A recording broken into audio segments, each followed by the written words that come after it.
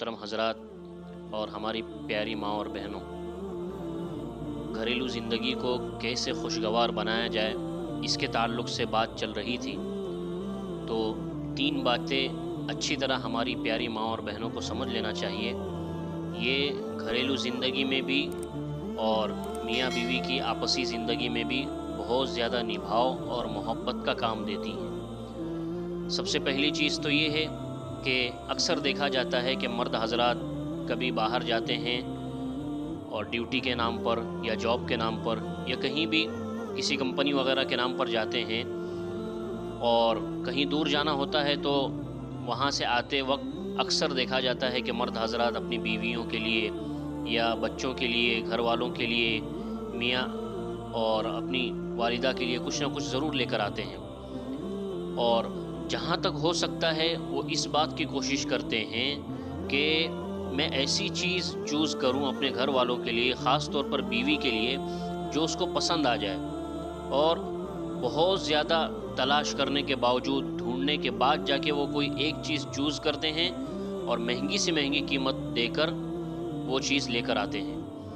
اب دیکھا کیا جاتا ہے کہ جب وہ چیز لے کر مرد حضرات اپنے گھروں میں پہنچتے ہیں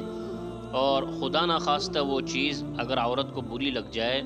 گھر والی کو بری لگ جائے، تو وہ وہیں پر دونوں کے جھگڑے شروع ہو جاتے ہیں۔ وہ فوراً یہ کہنا شروع کر دیتی ہے کہ یہ تو میری پسند ہی نہیں، اس کے اندر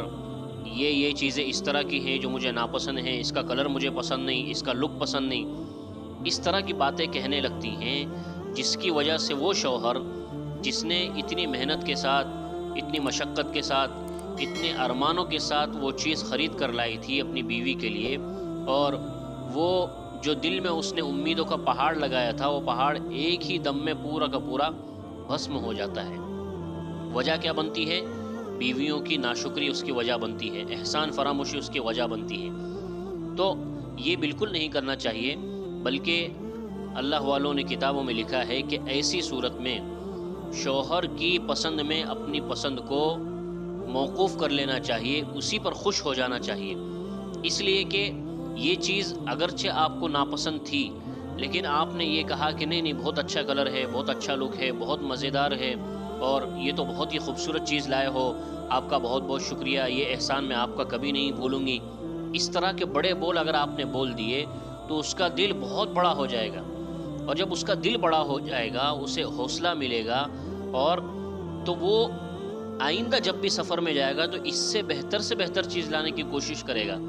ہو سکتا ہے کہ آج کل ویڈیو کال کا زمانہ ہے، ویڈیو کال کر کے بھی لے آئے، یا الگ الگ صورتیں وہ اختیار کرے گا، صرف اس لیے تاکہ آپ نے اس کا دل کیا کیا، بڑا کیا ہے۔ اس کا الٹ اگر دیکھا جائے کہ اگر آپ نے اس کی ناشکری کی، احسان فراموشی کی، تو وہ یہ سوچے گا کہ میری پسند ان کی پسند تو ہے ہی نہیں، تو پھر میں سامان یا شاپنگ وغیرہ میں اسی وقت ان کے لیے چیزیں لاؤں گا جب یہ میرے ساتھ رہے گی، اور ساتھ تو بہت مشکل سے ہوتا ہے، اکثر مرد حضرات باہر رہتے ہیں، عورتیں اندر ہی رہتی ہیں، تو پھر وہ شاپنگ کے نام پر جو چیزیں آنی چاہیے تھی، کچھ ناشکری والے بول کی وجہ سے، الفاظ کی وجہ سے وہ چیز بھی نہیں آ پائی۔ اس وجہ سے ایسے موقع پر جتنا ہونا ہو سکتا ہے احسان مان کر کام چلے اور شکر کے ساتھ کام چلے کہ آپ نے بہت اچھا کیا، یہ تو مجھے بہت پسند آیا، اگرچہ آپ کو پسند نہیں تھا تب بھی۔ یہ ایک بات۔ دوسری بات یہ ہے کہ آج کل ہماری سوسائٹیوں میں، معاشروں میں میاں بیوی کو ایک نظر سے دیکھے جانے والا ایک فتنہ چل پڑا ہے کہ میاں کو جس نظر سے دیکھتے ہیں اسی نظر سے عورتوں کو بھی دیکھتے ہیں، حالانکہ شریعت کا نقطہ نظر الگ ہے۔ شریعت یہ کہتی ہے، قرآن پاک میں اللہ تبارک و تعالی ارشاد فرماتے ہیں، الرجال قوامون علی النساء بما فضل اللہ بعضهم علی بعض،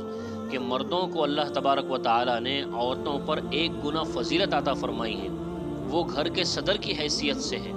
لہذا اس کے نیچے باقی سارے کے سارے لوگ اس کے ماتحت ہیں۔ تو جب شریعت مبارکہ نے، شریعت مطہرہ نے دونوں کے درمیان درجے کے اعتبار سے کچھ نہ کچھ فضیلت رکھی ہے، تو پھر عورتوں کو، شوہروں کو اپنے برابر سمجھنا، یہ ایک طرح سے دیکھا جائے تو شریعت کے نقطۂ نظر کے خلاف جانا ہے۔ کہنا میں یہ چاہتا ہوں کہ آج کل اکثر دیکھا جاتا ہے سوسائٹیوں میں، یہ ہمارے مسلم سماج کے اندر، کہ بیوی مرد کو اس کے نام سے پکارتی ہے، اور جب زیادہ ہی کلوز ہو جاتے ہیں تو پھر نام سے آگے بڑھ کر تو میں تک کی بات آ جاتی ہے، جو بالکل ہی ادب کے ایک اعتبار سے خلاف ہے، اور اس کا اثر کہیں نہ کہیں آنے والی جنریشن کے اوپر، نسل کے اوپر بھی پڑتا ہے